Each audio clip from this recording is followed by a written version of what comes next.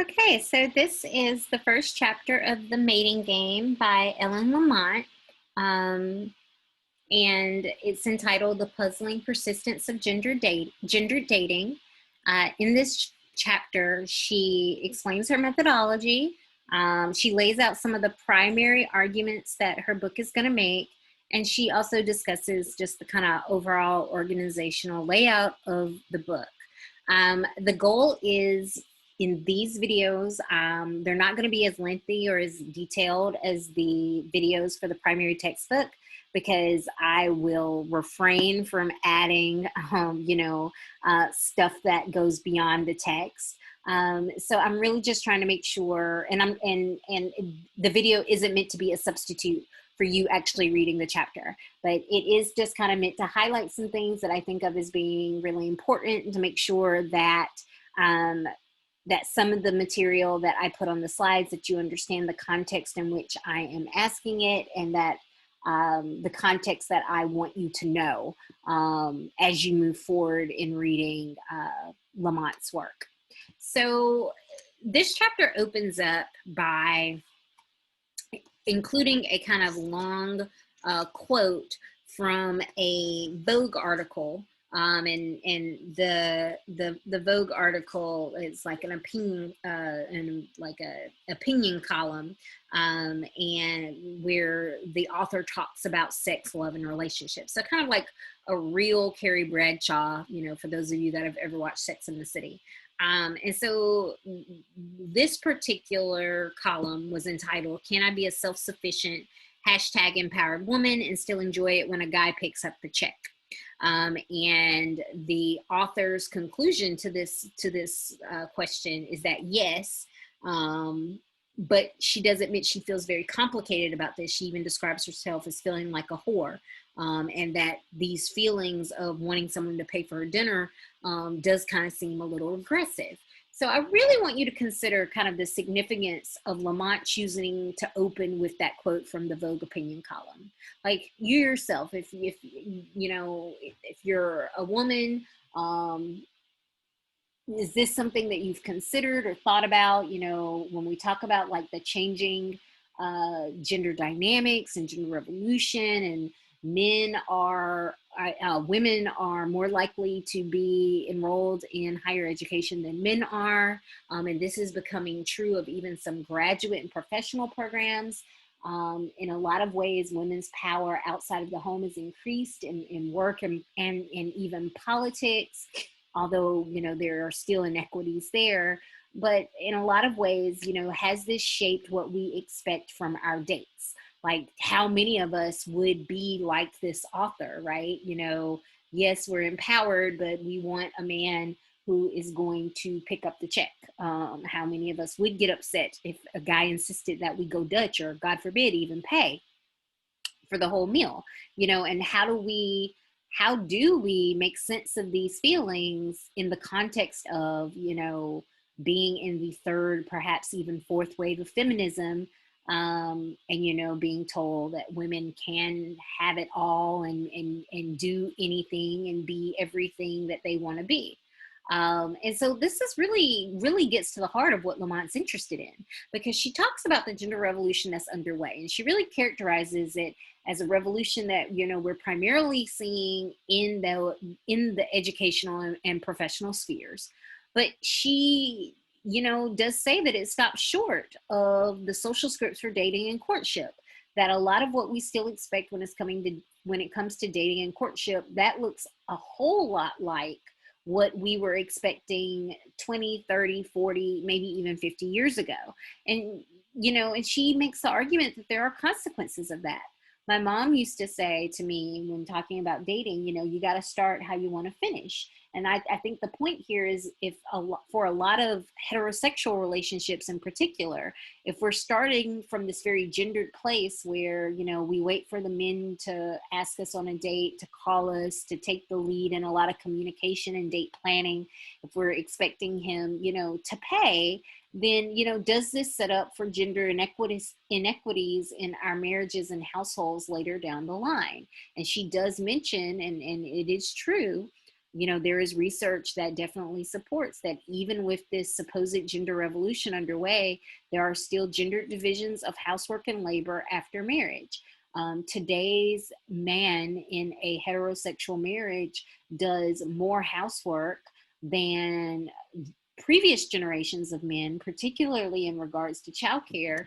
But in very few homes is it equitable, even in homes where both the man and the woman work, and even in homes where the woman is even makes more than the man, would be perhaps considered the primary breadwinner. There are still these inequities in household labor. And then similarly, another kind of consequence of that outside of the actual marital home is how this gendered caregiving then presents professionals challenges and obstacles in the workforce, in the labor force, right?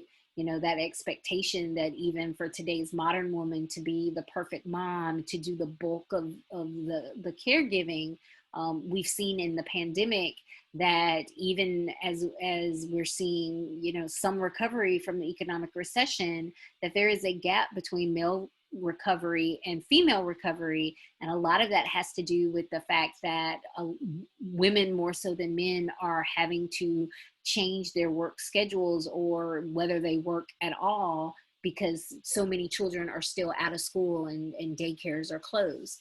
Another big question that she has, of course, is do the LGBTQ populations face these similar contradictions? And she says that, even though they are not quite the same, because they are outside of kind of this heteronormative model that a lot of these contradictions arise out of. Just because of how we structure society and media and the general messages about who's the breadwinner and who does the asking and what does romance look like, because so much of that is based in heteronormativity, that even people who are not in heterosexual relationships do find some of these tensions leaking in, right?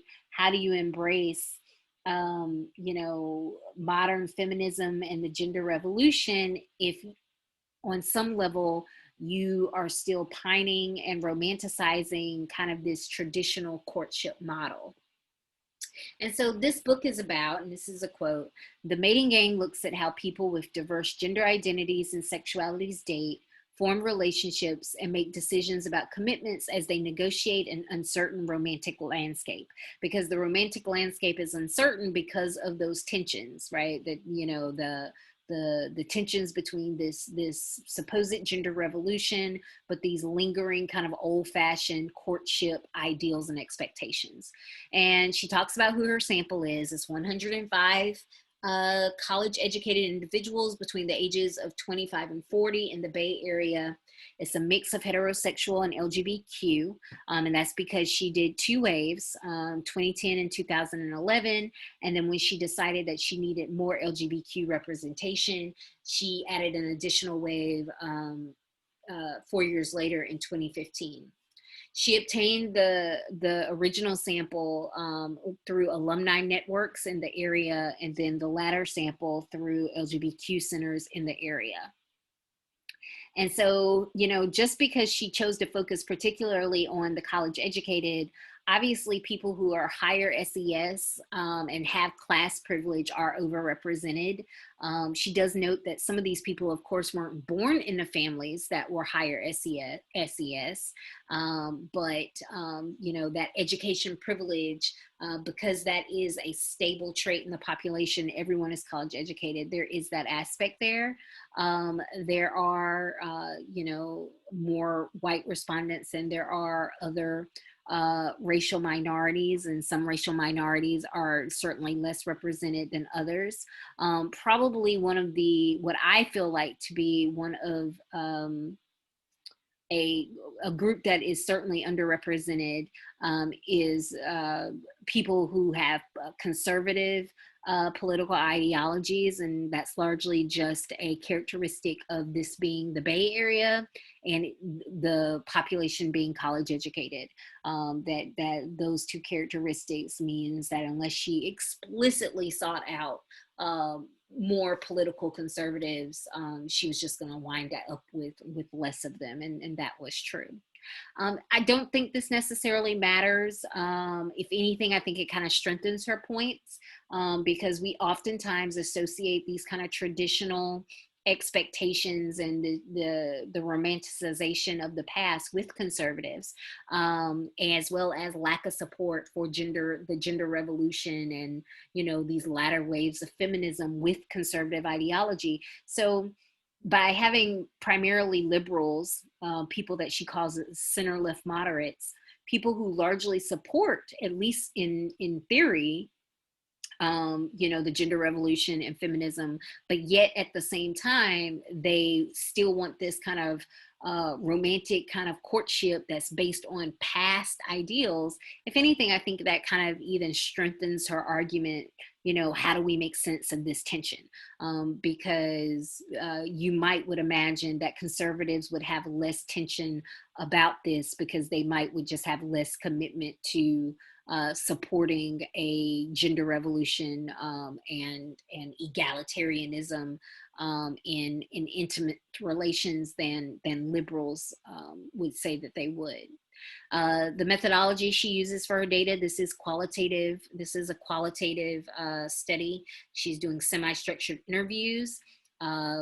Check out the interview guide in the appendix. Actually, you're required to check it out because it is your first assignment. But semi-structured just meaning, even though she goes in with that interview guide, she does say that, it was a conversation, meaning she would ask follow-up questions as needed, and people could ask questions to her to clarify or to make certain points. So that is kind of the methodology behind the book. And this main theme that there is this showdown among young, largely liberal, educated professionals between traditionalism and egalitarianism in terms of their intimate relationships is kind of the key theme. And she kind of sets the tone for this theme, this tension between traditionalism and egalitarianism, by kind of comparing present day dating to what dating was like in the past. So when talking about present day dating, she mentions that, like a lot of the headlines at the time are decrying like the death of dating, the end of courtship, anything goes. This is when people were really fixated on, especially for young people in college and right out of college, the rise of hookup culture. But she's like, actually a lot of her data suggested, particularly once people were out of college a few years, is that people were still interested in having largely stable, primarily monogamous relationships with a significant other, and that dating was still seen as the best means for going about obtaining that.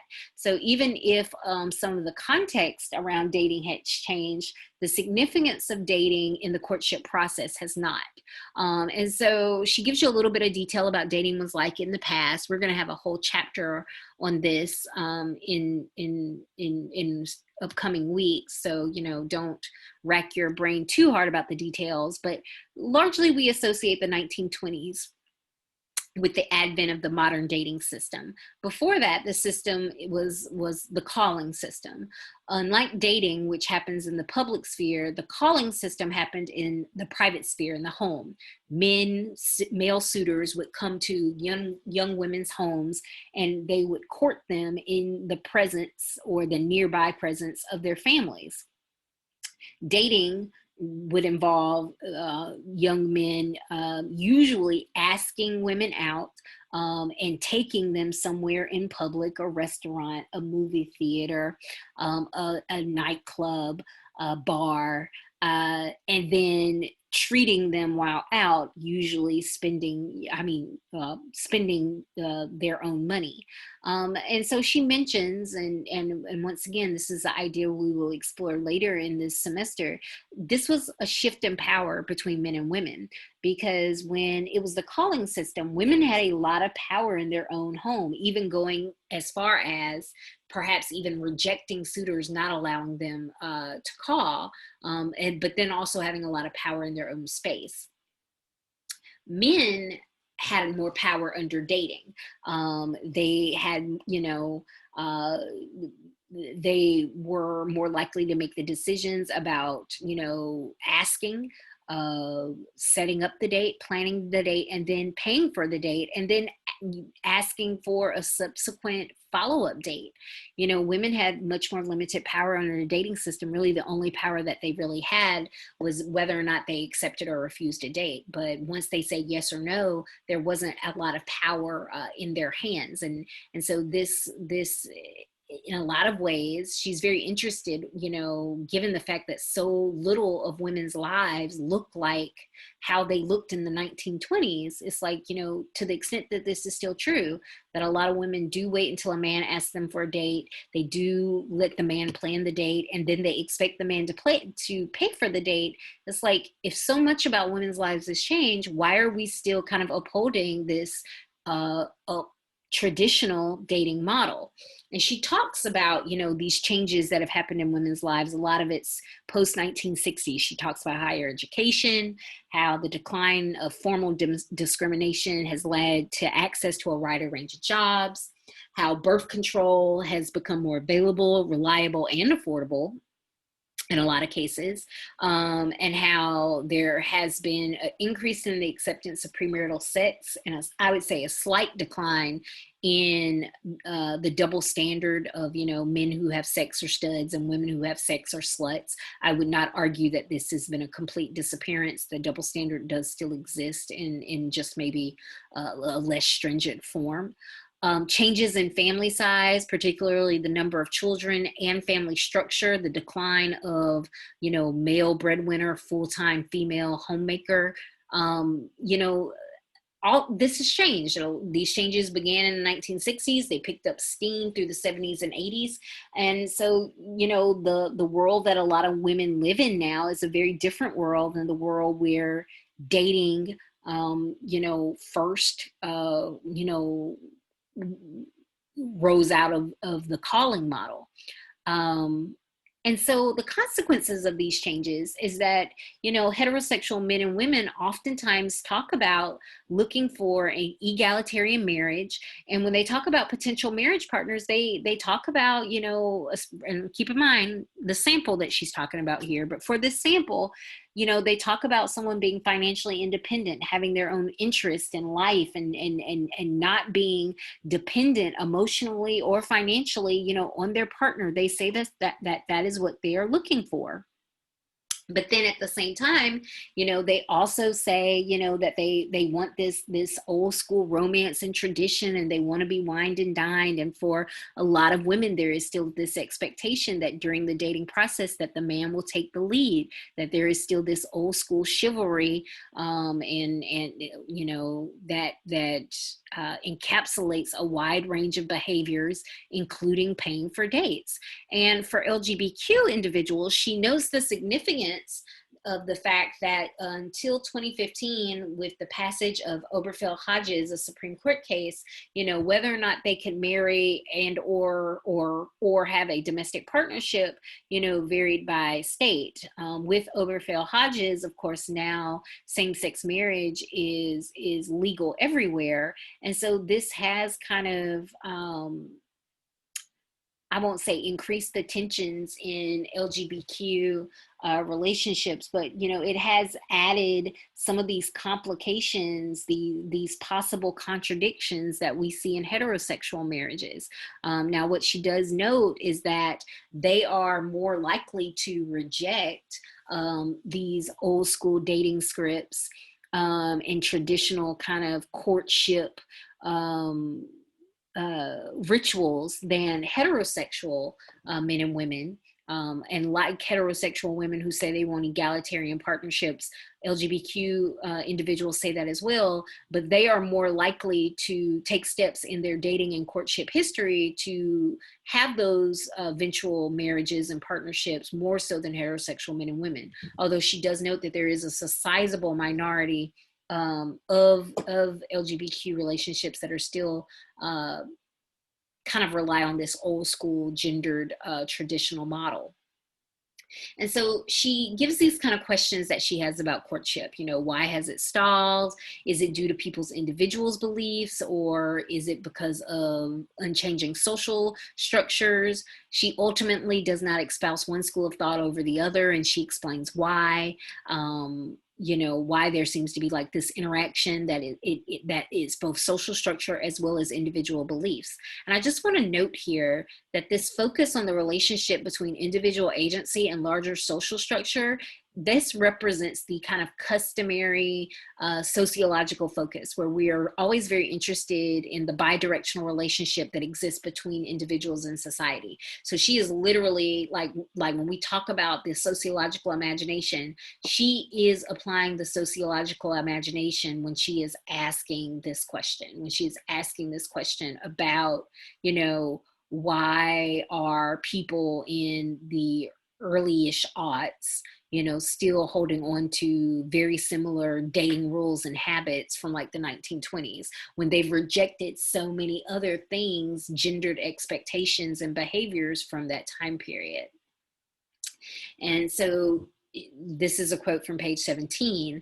The book makes the case that by clinging to traditional courtship scripts, young adults are unwittingly undermining the gender revolution they say they embrace. So this is a big part of the argument that she's going to be seeking to support and to demonstrate to you all, the readers, in her text. And so, you know, these slides just kind of go through kind of the book's main arguments in relationship to that point. And then the final part of this kind of opening chapter explains the book's organization. And so this is what we have to look forward to coming up. And like I mentioned in the syllabus, we will be doing different activities related to this book before we finish it. And of course, and it culminates in you all writing a book review. So the first activity that we have coming up, which is due not this weekend, but next weekend, is, like I said, you do have that questionnaire that you either have to answer for yourself, which I think is the easier way, but obviously, you know, if you do not want to share these types of things about yourself with your professor, I promise it's a judgment-free zone, but I get it. Some of you might just, you know, are more private than that, then you're welcome, of course, to ask the questionnaire, to do the interview with someone else. And if you do the interview with someone else, you know, just make sure that you, and I'll explain this more when I post the assignment, but just make sure that you, you know, don't tell me their full name or any other identifying information.